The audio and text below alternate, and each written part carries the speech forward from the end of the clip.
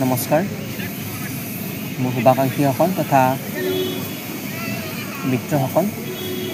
মই উপস্থিত আছোঁ বৰ্তমান বি বৰুৱা মেডিকেলত কেঞ্চাৰ হস্পিটেলত এই বিশেষ কাৰণত মই ইয়ালৈকে আহিছোঁ আলোচনালৈ আহিছোঁ এটা মুখ্য বিষয়লৈ আহিছোঁ ইউনিভাৰ্চিটিলৈকে যাব লগা আছে 12টা বজাৰ পৰা মোৰ ডিউটি আছে 12টা বজাত যাই পোৱাকৈ যাম মই কিছু খন্তেক ইয়াতে আছোঁ তো কথাটো হ'ল কি যোৱাকালি এটা মই ভিডিঅ' আপলোড কৰিছিলোঁ আমাৰ হাৰ্টথ্ৰব জুবিন গাৰ্গৰ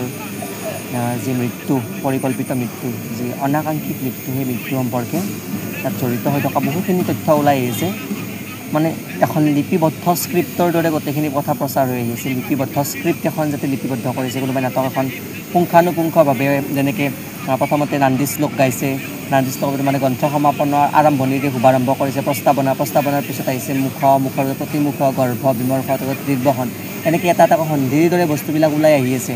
প্ৰথমতে দুগৰাকীয়ে স্পষ্টীকৰণ দিলে যোৱাকালি দিলে আমাৰ ডক্টৰ সঞ্জীৱ নাৰায়ণ ডাঙৰীয়াই দিলে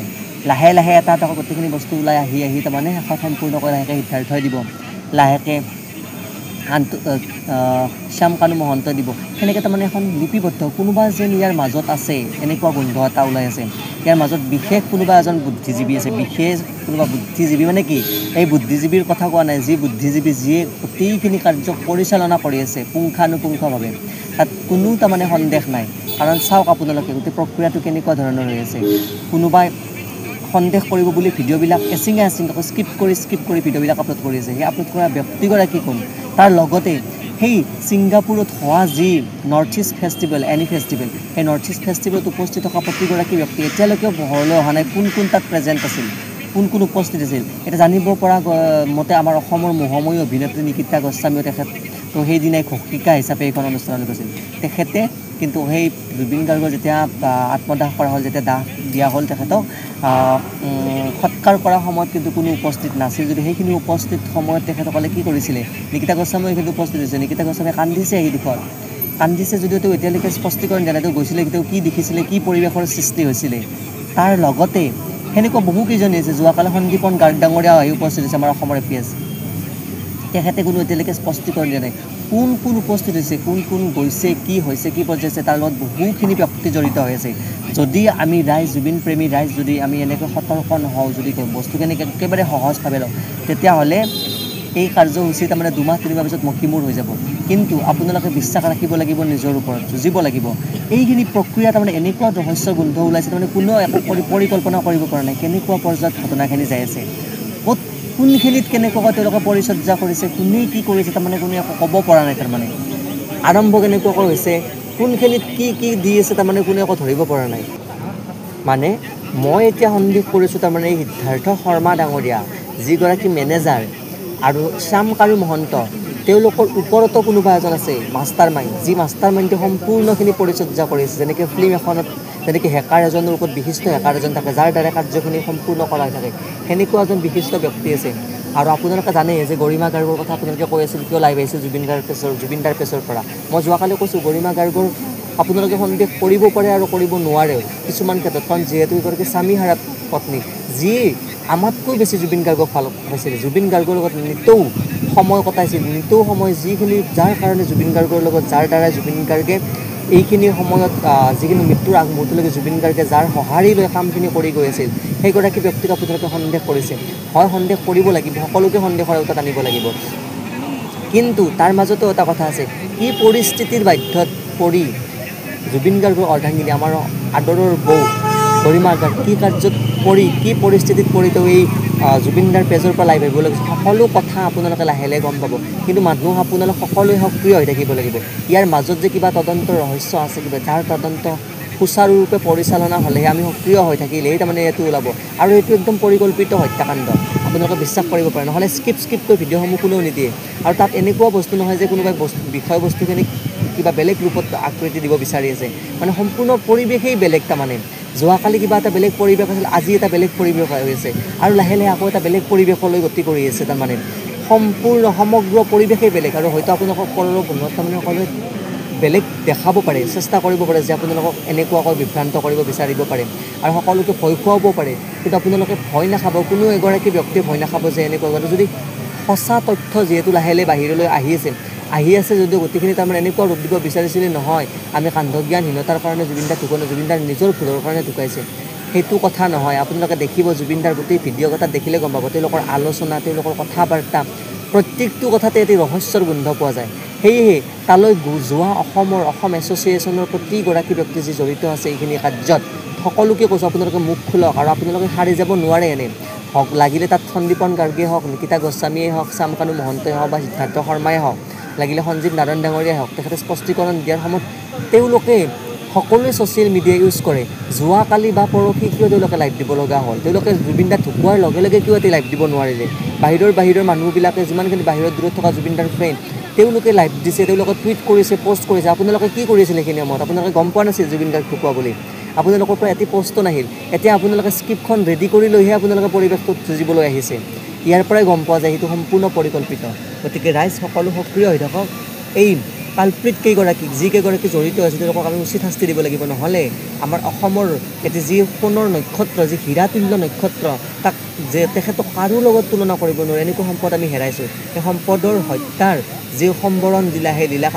আমি সঁচা ৰূপ দি আমি উলিয়াই আনিব লাগিব মূল কালপ্ৰিট কেইগৰাকীক। আৰু যিকেইগৰাকী তত্বাৱধান লৈছে সেইকেইগৰাকীক আমি চেলুট দিছোঁ। আমি সহকাৰী হিচাপে তেওঁলোকৰ লগত আছোঁ, যেনেকুৱা সহায় লাগে আমি সহায় কৰিম।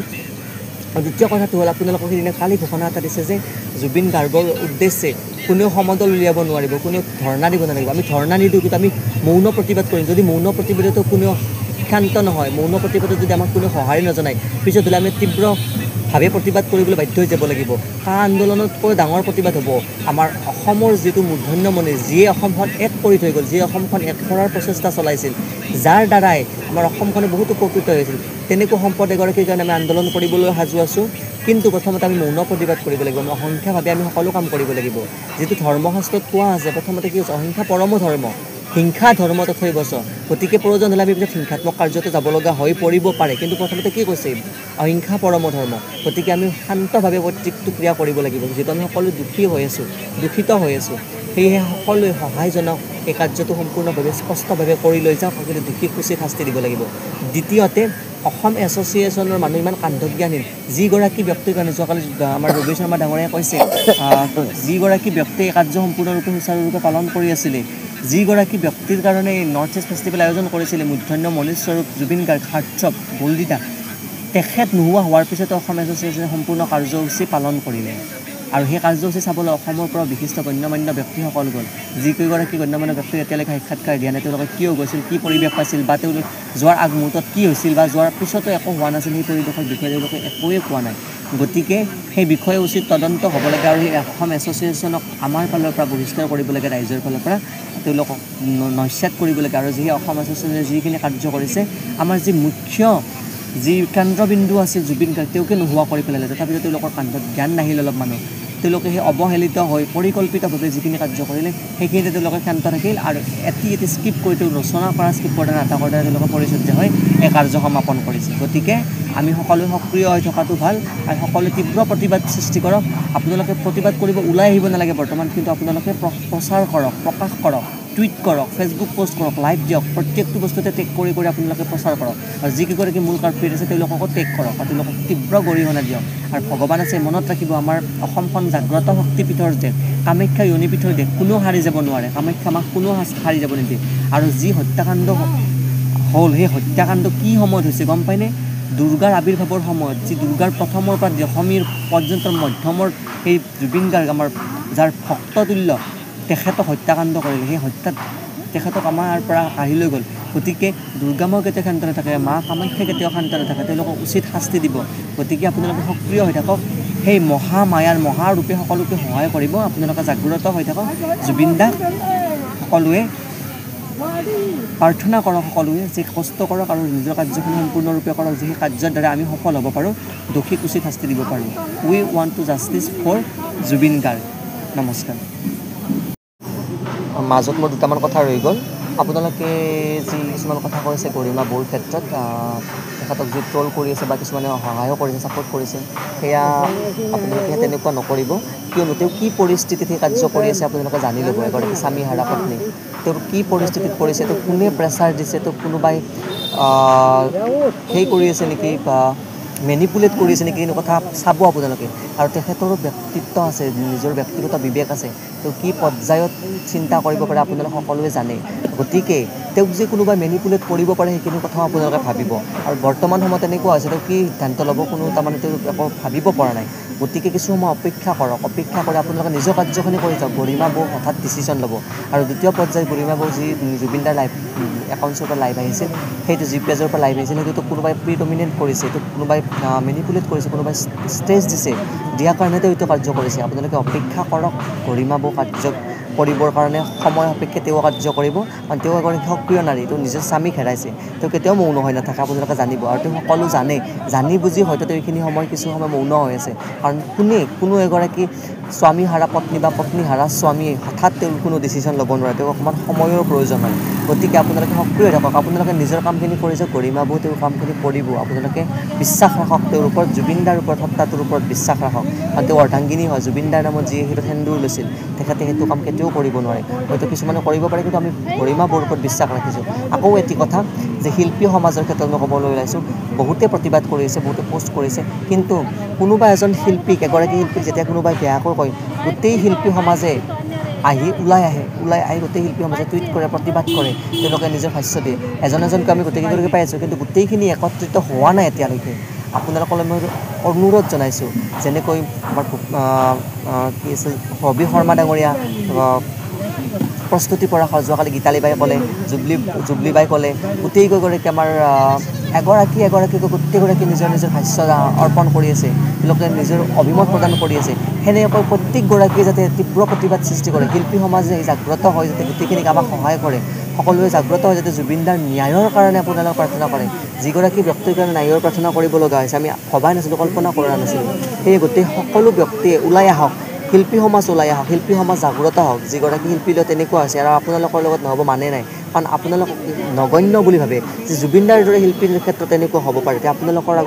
লগত নোহোৱাটো কি ঠিক গতিকে জাগ্ৰত হওক ওলাই আহক সকলোৱে প্ৰতিবাদ কৰক তাৰে আশা কৰিলোঁ কাৰণ আপোনালোকৰ পৰা এটি সুফল পাম বুলি আশা ৰাখিছোঁ কাৰণ ইয়াতো হৈছে আপোনালোকে সকলোৱে বুজি পাইছে পৰিকল্পিত হত্যাকাণ্ড আৰু ইয়াত অৱহেলা জড়িত হৈ আছে আৰু কোনোবা মাষ্টাৰমেন জড়িত আছে আৰু সেই মাষ্টাৰমেন গৰাকীক ওলোৱাৰ দায়িত্ব হৈছে আপোনালোকৰ আৰু আমাৰ